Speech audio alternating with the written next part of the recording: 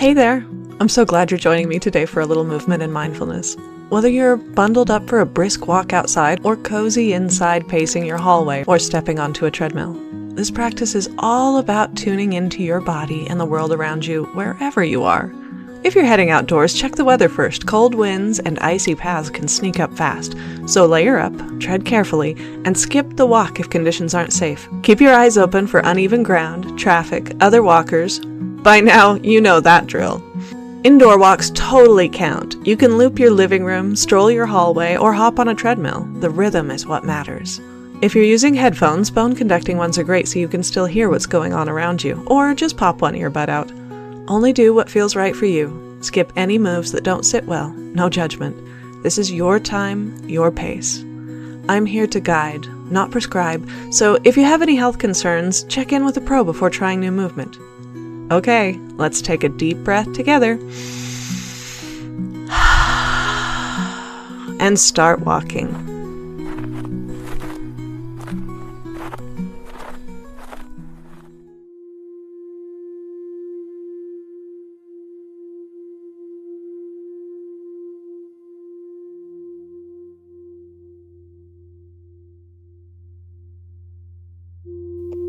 Welcome, friends, to a walk unlike any other. Today, we enter the forest of thought, a place where ideas grow like trees and stories flicker like flame. Together, we'll walk, breathe, move, and listen to our bodies, our thoughts, and the tale of the Firefox. Let's begin with breath. Find a comfortable standing position,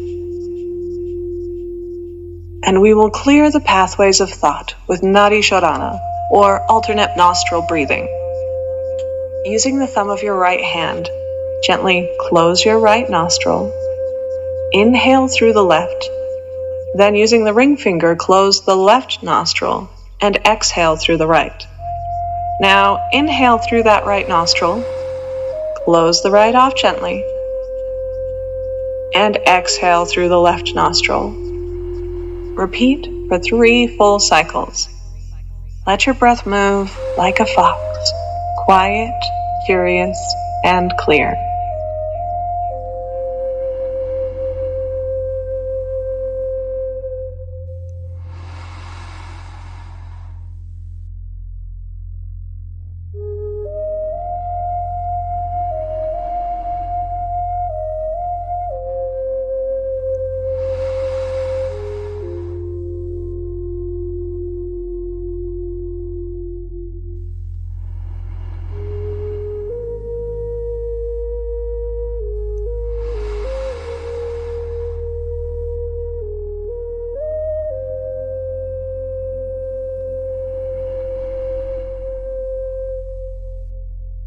As we walk, imagine your mind as a forest, full of hidden paths, quiet clearings, and ideas waiting like seeds beneath the snow.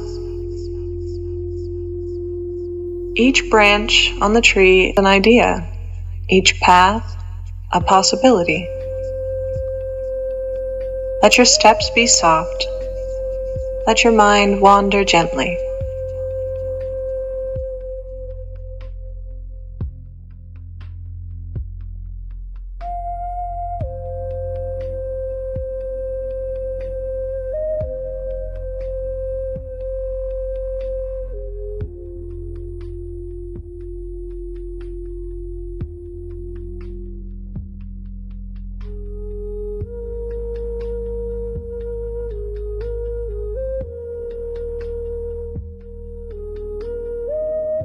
Learning begins the moment something catches our attention. A sound, a question, a feeling that something is just a little different than before. Curiosity is sparked by contrast. When the familiar shifts, even slightly, the mind leans in. We learn because something in us whispers, "There's more here." And when we follow that whisper, gently and without pressure, the mind opens like a fern unfurling. We nurture curiosity by giving it space, not rushing to answers, not judging the pace of our learning. When we allow ourselves to explore and play and wonder without needing to be right, Curiosity grows naturally. You can never be great at anything until you allow yourself to be bad at something. Engagement thrives when learning feels meaningful, when we can connect new ideas to our own lives, our own stories, our own bodies. The mind stays awake. Small wins, gentle encouragement, and a sense of safety all help the learner stay rooted.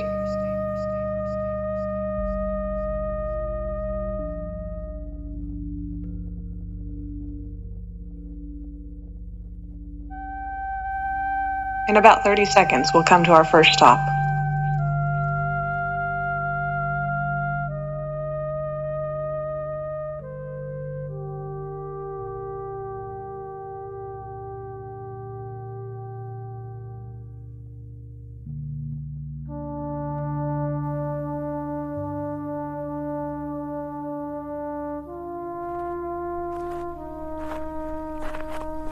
All right, stepping off the trail or onto a mat or somewhere where we can practice balance.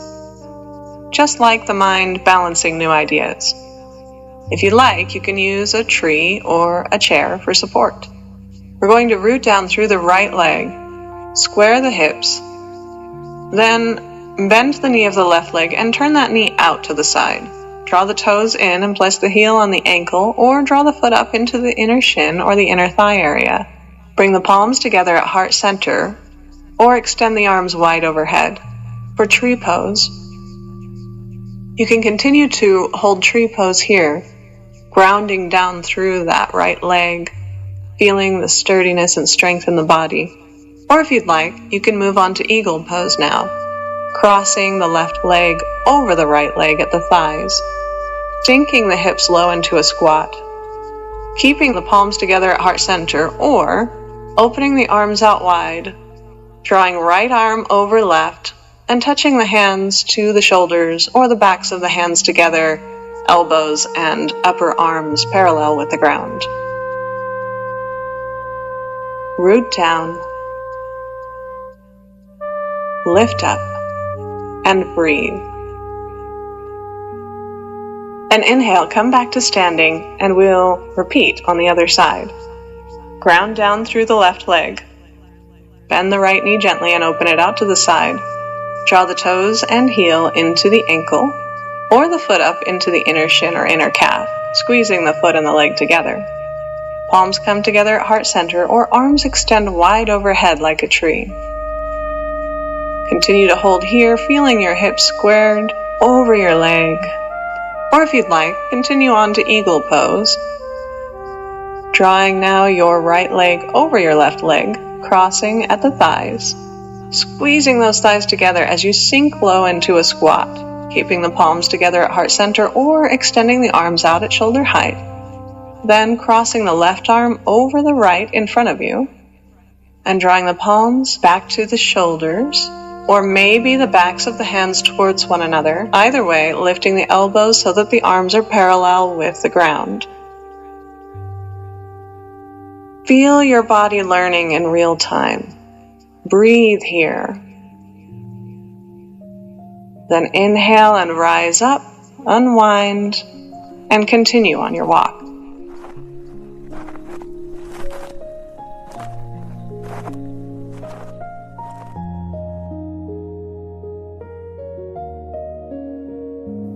You often hear people say the brain is a muscle, needs to be exercised. And while the brain is not made up of muscle tissue, actually it's mostly fat and water, it does create new pathways and form new ideas and new thoughts when challenged. Struggle, especially in learning, is not a sign that something has gone wrong. When you get to that 10th push-up or maybe half push-up and you feel your muscles getting sore, you know that you were growing in strength. Just like when the mind goes up against something that it hasn't ever learned before, it starts to struggle a little bit. It's a sign that learning is happening. When we meet something unfamiliar, the mind stretches.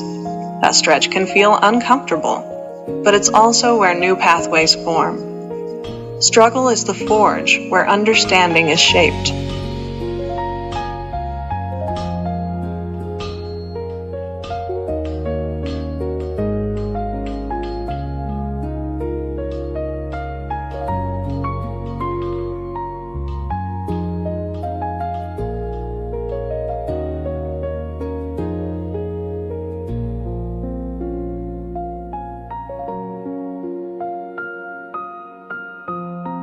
thinking about confusion or doubt, we move through confusion by slowing down, not speeding up.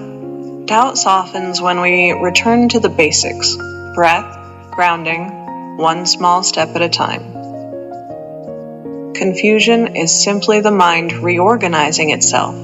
If we stay patient, clarity eventually rises, like mist lifting from the forest floor.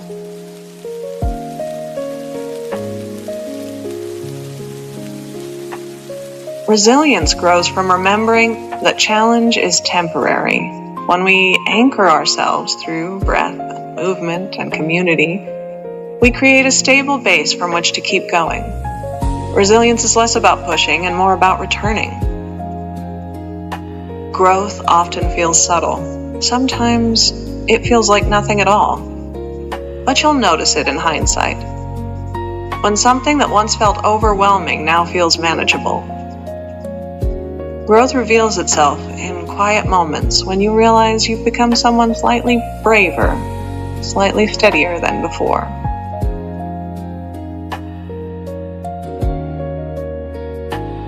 And in about 30 seconds, we'll come to our second stop.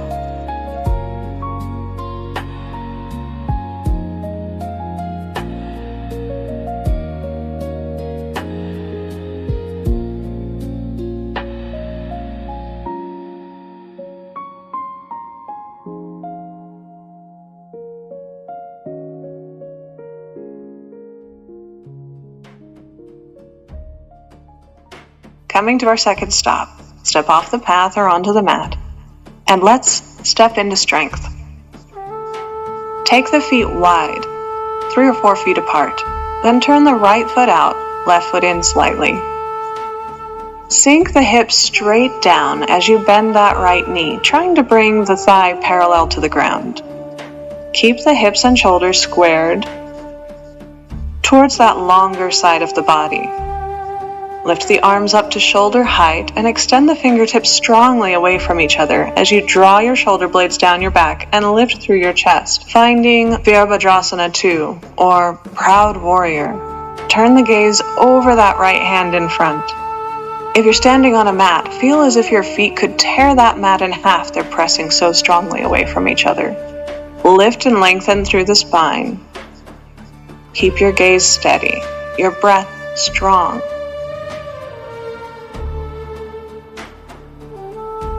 Continue to hold in Warrior 2, or if you'd like, square your hips and shoulders towards that right leg, drawing that left hip forward, right hip back.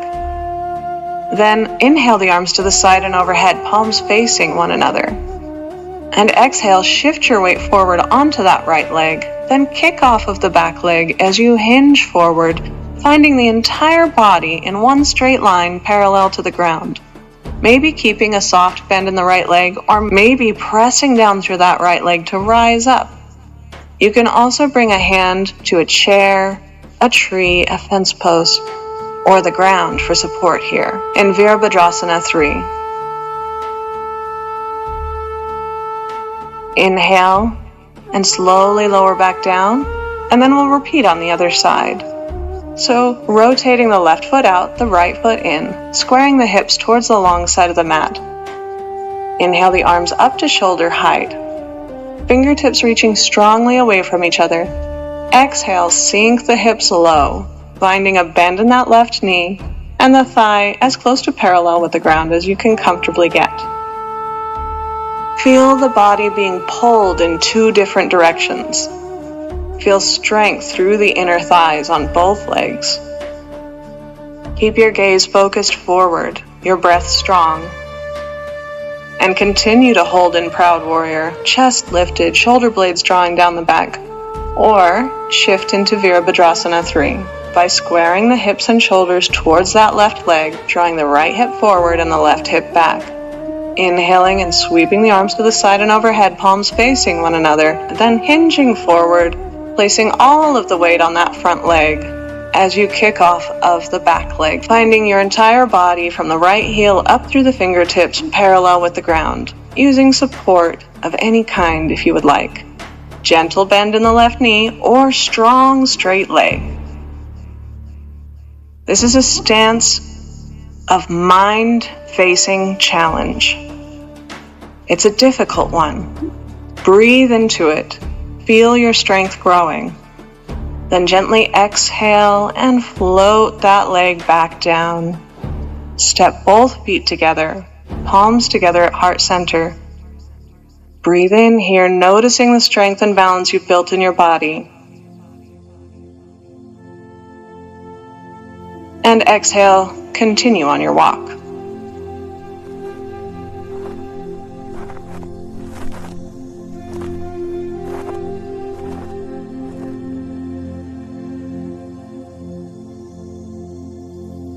It's a time of year in some places where the northern lights can be seen.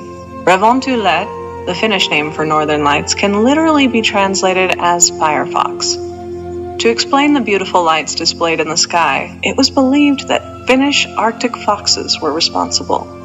They either ran across the snowy mountains so fast that their tails swept snowflakes into the sky, which reflected the light from the moon and stars, creating colorful lights in the sky, or their large furry tails brushed against the mountains and created sparks that lit up the sky.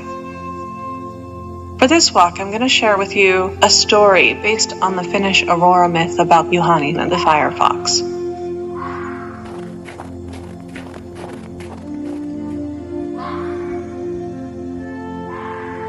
In the deep winter forests of northern Finland, a young hunter named Juhani became separated from his party during a brutal snowstorm.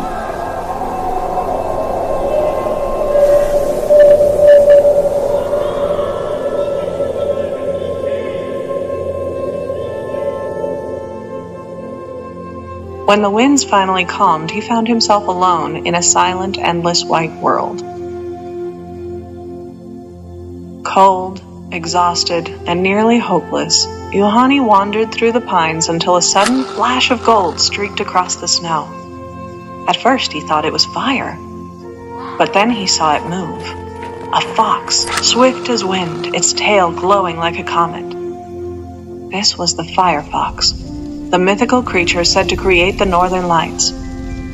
According to Finnish lore, the fox runs so fast across the snowy fells that its tail sweeps snowflakes into the sky, catching moonlight and starlight and igniting them into shimmering auroras.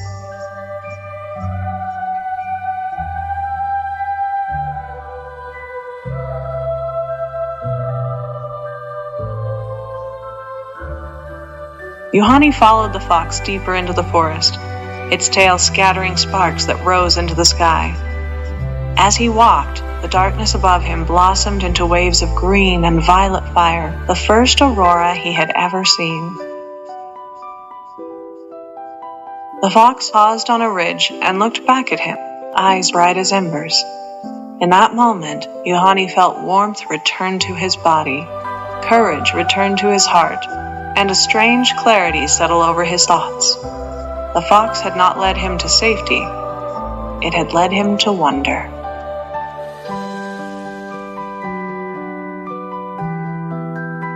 When the creature vanished into the trees, Juhani found his way back to his people, guided by the glowing sky. From that night on, he carried the story of the firefox, a reminder that even in the coldest, darkest moments, a spark of curiosity can light the whole sky.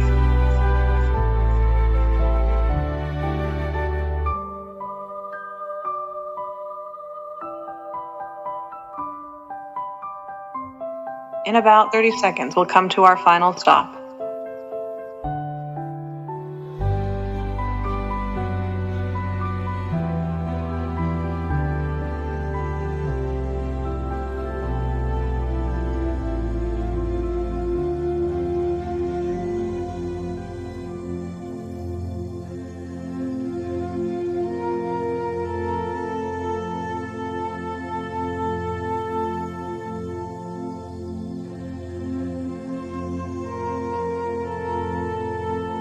And stepping off the trail or onto the mat, let's pause one last time and move like the firefox, agile, curious, and alive.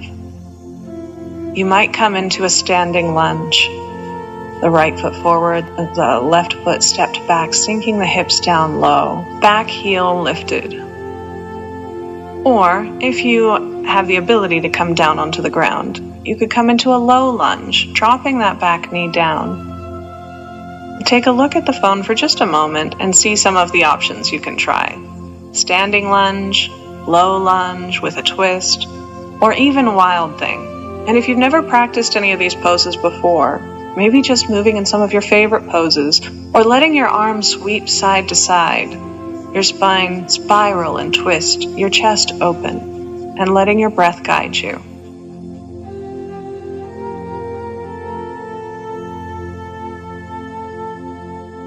If you're moving through any of these poses, feel free to pause the audio and do them on both sides.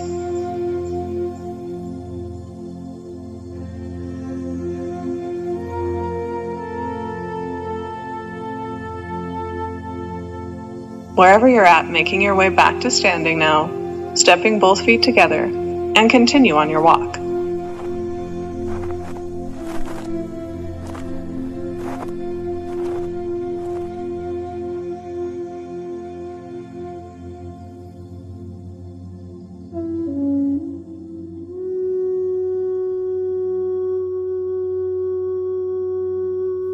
The Firefox didn't rescue Juhani, it illuminated his path.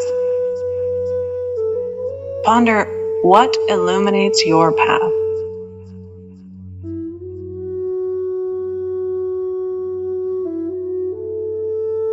Every thought is a trail. Every question is a spark. Every spark has the potential to light your whole sky. In the story, Juhani follows a flicker of golden light into the forest. Curiosity is the first glimmer in the dark, the spark that invites us to step off the familiar path. The mind learns because something inside us stirs, a shimmer of possibility that says, "Follow me."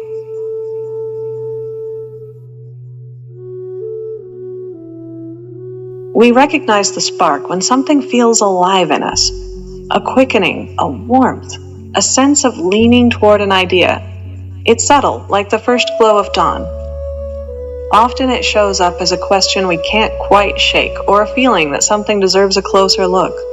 When we slow down enough to notice those small inner flickers, the spark becomes unmistakable.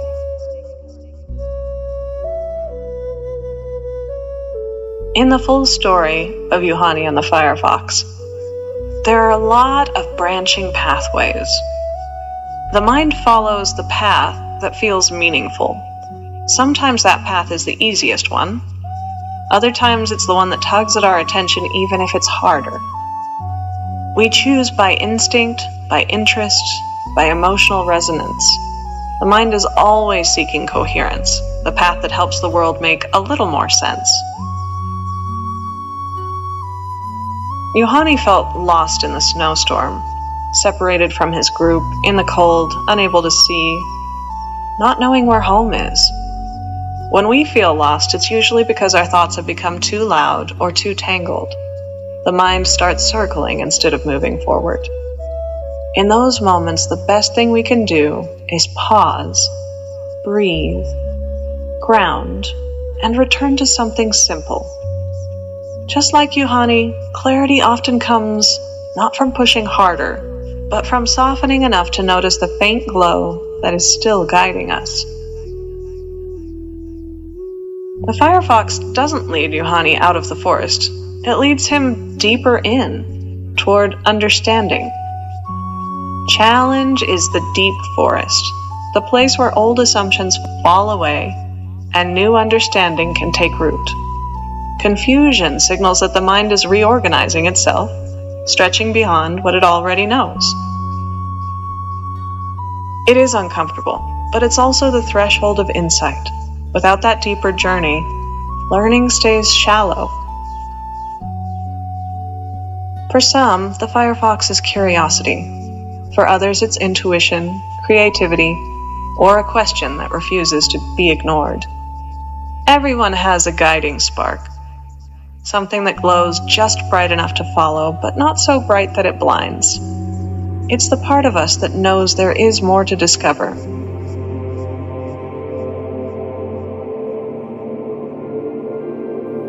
Wonder survives when we stay connected to small moments of warmth, breath, beauty, gratitude, and curiosity.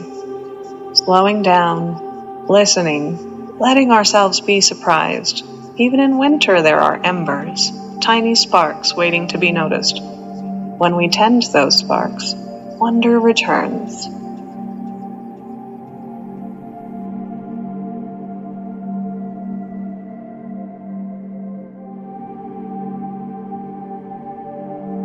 I encourage you to find a spark over the next week and let it guide your steps. Let it nourish your thoughts. Let it light your way.